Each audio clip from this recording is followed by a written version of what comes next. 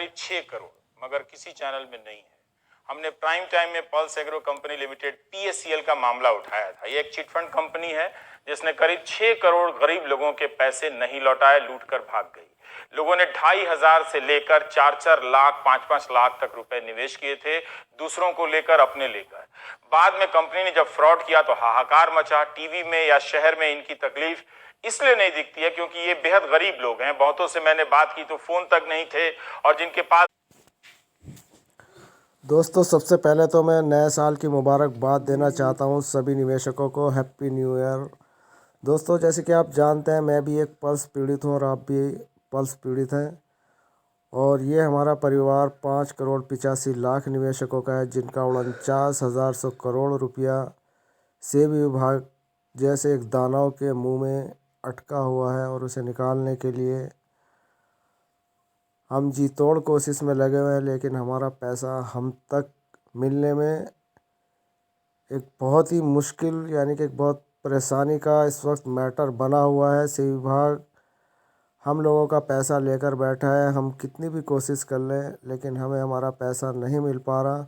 दोस्तों, हम बात कर रहे हैं बड़े निवेशकों की, जिनका 1 लाख 2 लाख 10 लाख 20 लाख और यहाँ तक कि 50,000 रुपया FD के रूप में जमा है, किसी का RD खातों से जमा है। उन निवेशकों को अभी तक नहीं मिल पा रहा। 2021 लग चुका।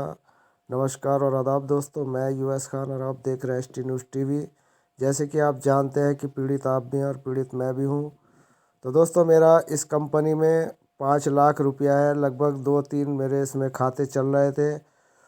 कुछ RD के 2 खाते थे, कुछ FD थी।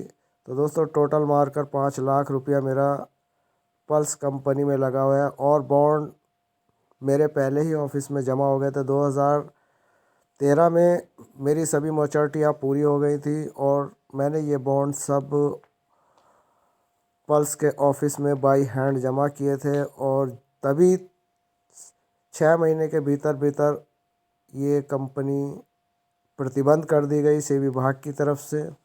एक षड्यंत्र तरीके से इस कंपनी को बंद किया गया, क्योंकि दोस्तों, मैं कोई नया निवेशक नहीं था, और मैंने इस कंपनी में 6 साल काम भी किया। तो सीना ठोक के दोस्तों, मैंने भी पैसा लगाया, लोगों का भी पैसा लगवाया, लेकिन सरकार की गलत नीतियों ने इसको अपने माया जाल में, यानी कि इसका पैसा जो 49,000 करोड़ रुपया दिख रहा था सेबी विभाग को, उसको इन्होंने षड्यंत्र पूर्वक हड़पने की एक साजिश की है। और ये साजिश दोस्तों बहुत ख़तरनाक साजिश है, दुनिया का सबसे बड़ा स्कैम है। 49,000 करोड़ रुपया, दोस्तों सोच के देखें कितनी बड़ी रकम होती है, और वो भी भारतवर्ष के गरीब लोगों की, जो दोस्तों निम्न वर्ग के लोग और गरीब बिल्कुल, और ऐसे लोग जो अपनी रेहड़ी पटरी पर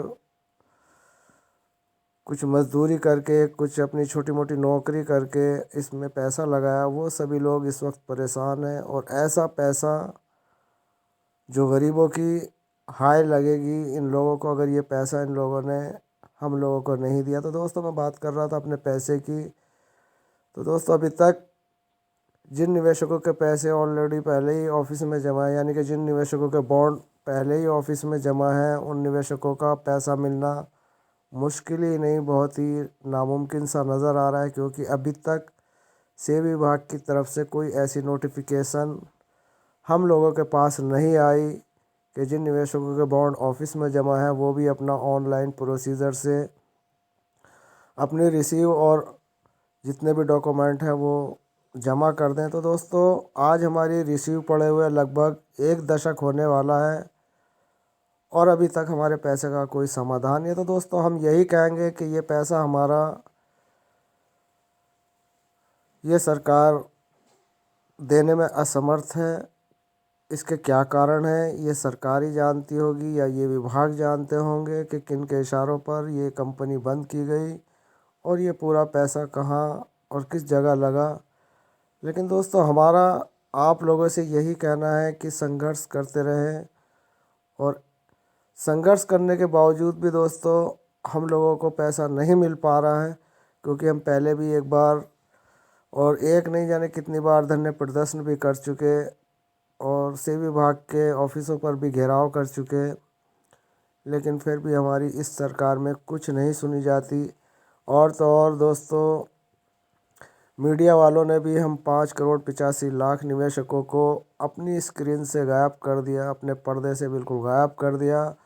कभी हमने आज तक पल्स निवेशकों के हितों में कोई ऐसा चैनल नहीं देखा जो कि हम लोगों की आवाज़ उठाए, कोई डिबेट बिठाए और उनका डिबेट बिठाने का, अगर एक दो डिबेट भी अगर ये लोग बिठा देते तो दोस्तों हमारा पैसा मिलना स्वाभाविक है। लेकिन दोस्तों ऐसा नहीं होता, गोद मीडिया है, पैसा इनको ख़रीदा हुआ है। इनकी आरटीपी जो भी है वो सब हमारी सरकारें उठा रही हैं और उनके द्वारा ही दी गई स्क्रिप्ट ही वहाँ तक पहुँचती हैं, जो वो चाहते हैं वो दिखाते हैं। तो ऐसे में पल्स निवेशकों के सामने एक बहुत बड़ी समस्या है। तो दोस्तों हमारा आपसे यही कहना है कि अगर धरना प्रदर्शन करना है तो किसानों के जैसा करें। और किसानों का धरना आज 1 डेढ़ महीना हो चुका, लेकिन अभी तक उनकी मांगें पूरी नहीं हो पा रही। सरकार भी झुक चुकी है, लेकिन एक हिटलर गर्दी अभी चल रही है। उस हिटलर गर्दी के चलते इन किसानों की अभी सुनी नहीं जा रही। इन किसानों को भी फेक बताया जा रहा है, यानी कि इन किसानों को फर्जी बताया जा रहा है। ऐसी हमारी चिटफंड कंपनियों को भी फेक बताया गया, फर्जी बताया गया, जबकि यही सरकार इसको लाइसेंस देती है और यही सरकार इनको बंद करती है।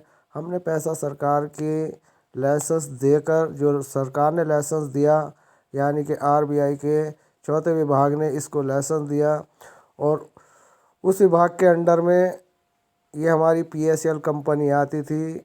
और सेकुलर के हिसाब से अगर कंपनी भाग जाती या लॉस में आ जाती तो सेबी विभाग को 35% भुगतान करने का, मतलब इसमें एक एग्रीमेंट था इस कंपनी में कि अगर हमारी कंपनी भाग जाती है, लॉस में आ जाती है, कुछ भी हो जाता है तो सेबी विभाग 35% हमें पैसा अपने राजकोष से देगा। लेकिन दोस्तों यहाँ पर तो गरीब का पैसा ही राजकोष में जा लगा और हम निवेशकों को खून के आंसू रुलाने पर मजबूर है। कहने को प्रोसीजर चालू है, लेकिन दोस्तों भिखमंगे और कंगलों वाला प्रोसीजर इस वक्त सेबी विभाग ने चला रखा है और कछुए की चाल से भी धीमी गति, यानी कि चींटी की चाल से ये प्रोसीजर चला है। 49,100 करोड़ रुपए में केवल 3 साल में अभी तक 12 लाख निवेशकों को ही पैसा देना यहाँ पर दिखाया गया है सेबी की वेबसाइट पर कि हमने 12 लाख निवेशकों को दे दिया और 400 करोड़ के करीब हमने निवेशकों तक पहुंचा दिया।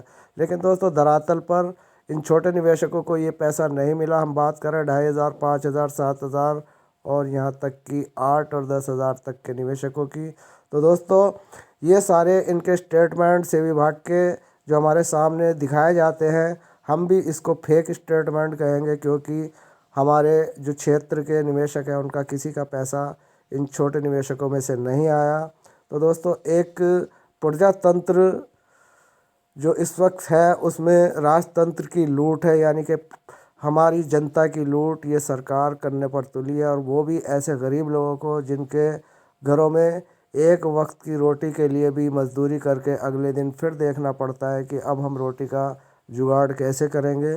तो ऐसे निवेशकों का पैसा इसमें फंसा हुआ है। न जाने कितने निवेशक अपने पैसे के इंतज़ार करते करते मर गए, यहाँ तक कि उनके नॉमिनेशन भी मर गए। और बात अगर करें सेबी विभाग की, तो सेबी विभाग के ऊपर इनका कोई असर नहीं पड़ता, कोई जिए या मरे इनकी बला से। इनको तो राम नाम जपना और पराया माल अपना, जैसा यहाँ पर ये सेबी विभाग का आचरण है। तो दोस्तों आज की ये वीडियो हमने इसीलिए बनाई थी कि अपने निवेशकों को नए साल की मुबारकबाद दें। और आज भी हम वहीं के वहीं हैं जो 2016 से सुप्रीम कोर्ट का आदेश था कि 6 महीने के भीतर भीतर निवेशकों का पैसा दे दिया जाए, लेकिन अभी तक निवेशकों का पैसा नहीं दिया गया। तो दोस्तों आज भी हम वहीं खड़े हैं जहां 2016 में सुप्रीम कोर्ट के आदेश को सुनकर हम ये सोच रहे थे हमारा पैसा मिल जाएगा, लेकिन दोस्तों पैसा मिलना तो बहुत दूर की बात हो चुकी। तो दोस्तों आज की ये वीडियो आप लोगों को इस नए साल की शुरुआत के लिए और नए साल की मुबारकबाद के लिए डाली गई थी और पल्स निवेशकों को ये बताने के लिए कि दोस्तों सेबी विभाग हम लोगों का पैसा देने में असमर्थ है और ये सरकार गूंगी बहरी होकर मूक दर्शक बनकर हमें देख रही है। तो दोस्तों खुश रहें और संघर्ष करते रहें, यही हमारा आप लोगों से अनुरोध है। जय हिंद, जय भारत, वंदे मातरम। फिर मिलेंगे दोस्तों, गुड नाइट।